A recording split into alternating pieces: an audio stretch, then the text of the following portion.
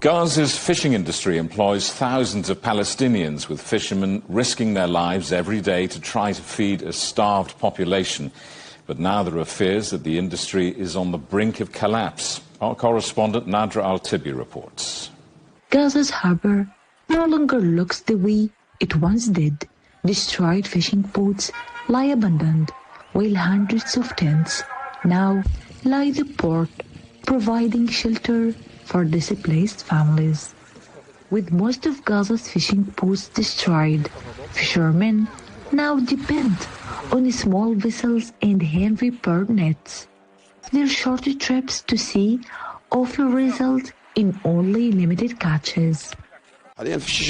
Now we are hardly allowed anything. We can sail only about 500 meters into the sea. Before the war, we could go much farther and earn a living.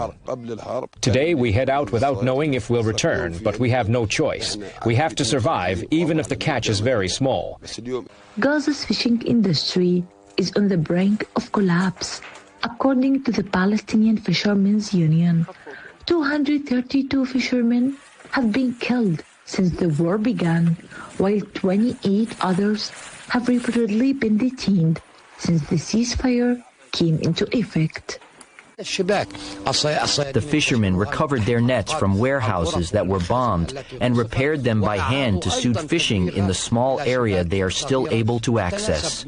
They risk their lives every time they go to sea, fishing within less than 1 kilometer despite being pursued. The harbor is no longer just a fishing port.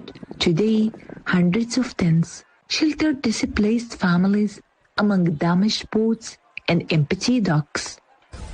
What was once a harbor where fishermen returned with their daily catch has been transformed into a refuge for families displaced by war, illustrating how conflict has reshaped both livelihoods and everyday life.